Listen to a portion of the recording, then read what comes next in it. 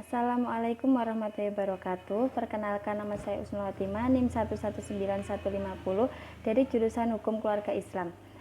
Di sini saya akan mempresentasikan tentang pengadilan pada masa reformasi dengan tema mediasi di pengadilan agama. Tugas ini ditunjukkan untuk memenuhi tugas mata kuliah Sejarah Peradilan Islam yang diampu oleh dosen yaitu Bu Uswatun Hasanah, MSI. Selanjutnya, latar belakang dari masalah ini yaitu pada era reformasi, keberadaan pengadilan agama selain didasarkan pada pengaturan perundang-undangan yang telah ada sebelumnya, untuk juga terdapat pengaturan perundang-undangan yang menjadi dasar hukum keberadaan pengadilan agama dan kewenangannya. Materi yang akan dibahas pada pembahasan kali ini yaitu 1. Bagaimana pengertian mediasi. Yang kedua, bagaimana prosedur mediasi pengadilan agama pada Perma nomor 1 tahun 2008. Yang ketiga, bagaimana prosedur mediasi pengadilan agama Perma nomor 1 tahun 2016. Selanjutnya pembahasan yang pertama yaitu mengenai pengertian mediasi. Secara umum, mediasi adalah salah satu alternatif penyelesaian sengketa melalui proses perundingan untuk memperoleh kesepakatan dengan dibantu oleh moderator sesuai perkara perdata yang dimaksud oleh pengadilan wajib. Di pengadilan wajib menempuh proses mediasi sebelum dilakukannya pemeriksaan terhadap pokok perkara. Dasar hukum mediasi di pengadilan agama. Pengadilan adalah peraturan Mahkamah Agung Perma nomor 1 2008. Mediasi pada asasnya telah dilakukan dalam keadaan terbuka untuk umum, kecuali para pihak menghendaki lain.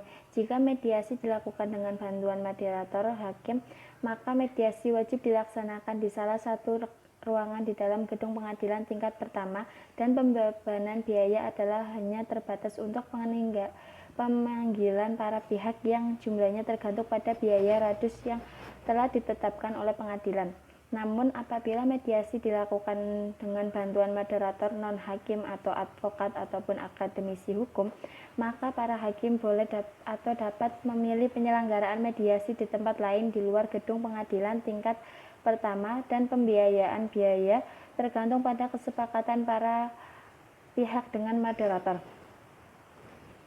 Selanjutnya, kelebihan dari mediasi itu sendiri yaitu 1. Efisien, yang kedua waktu singkat, yang ketiga rahasia, yang keempat hasil mediasi merupakan kesepakatan kedua belah pihak, yang kelima yaitu menjaga hubungan baik pada para pihak, selanjutnya yaitu berkekuatan pada hukum yang tetap, dan yang terakhir yaitu akses yang luas bagi pihak yang bersengketa untuk memperoleh rasa keadilan.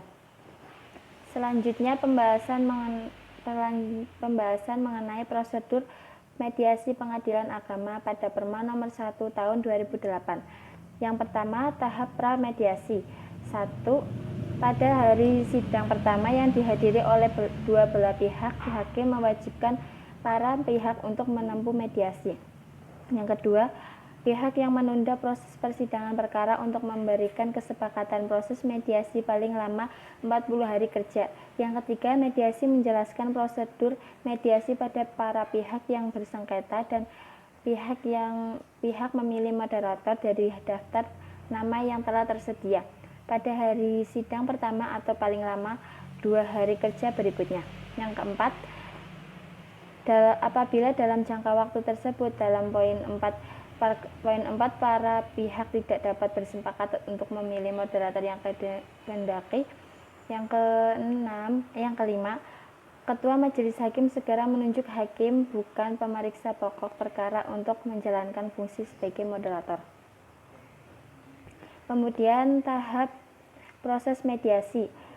Dalam waktu paling lama 5 hari kerja setelah para pihak menunjuk moderator yang disepakati atau setelah ditunjuk oleh ketua majelis hakim, masing-masing pihak dapat menyerahkan resumen perkara kepada para pihak moderator yang ditunjuk.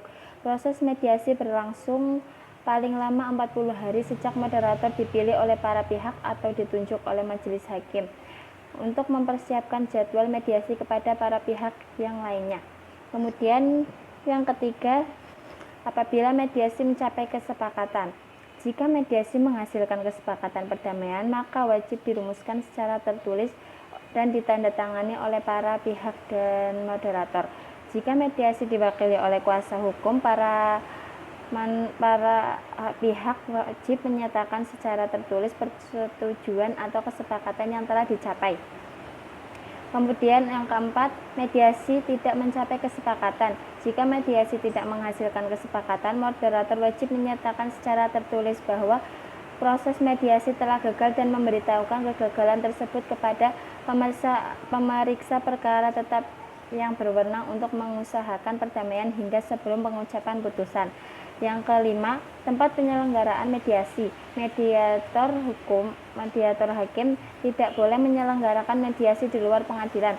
Penyelenggaraan mediasi di salah satu ruang pengadilan agama tidak dikenakan biaya. Perdamaian di tingkat banding, kasasi, dan peninjauan kembali. Yang terakhir yaitu pembahasan tentang prosedur mediasi pengadilan agama pada Perma nomor 1 tahun 2016. Mediasi di pengadilan agama ini adalah suatu proses usaha perdamaian antara suami dan istri yang telah mengajukan gugatan cerai, di mana mediasi ini dijembatani oleh seorang hakim yang ditunjuk di pengadilan agama. Proses mediasi ini dapat dikatakan baru dilaksanakan dalam pengadilan agama pada tahun 2008 dengan penyempurnaan berdasarkan pengaturan Mahkamah Agung nomor 1 tahun 2016. Sekian pembahasan dari saya, kurang lebihnya mohon maaf apabila ada kekurangan. Wassalamualaikum warahmatullahi wabarakatuh.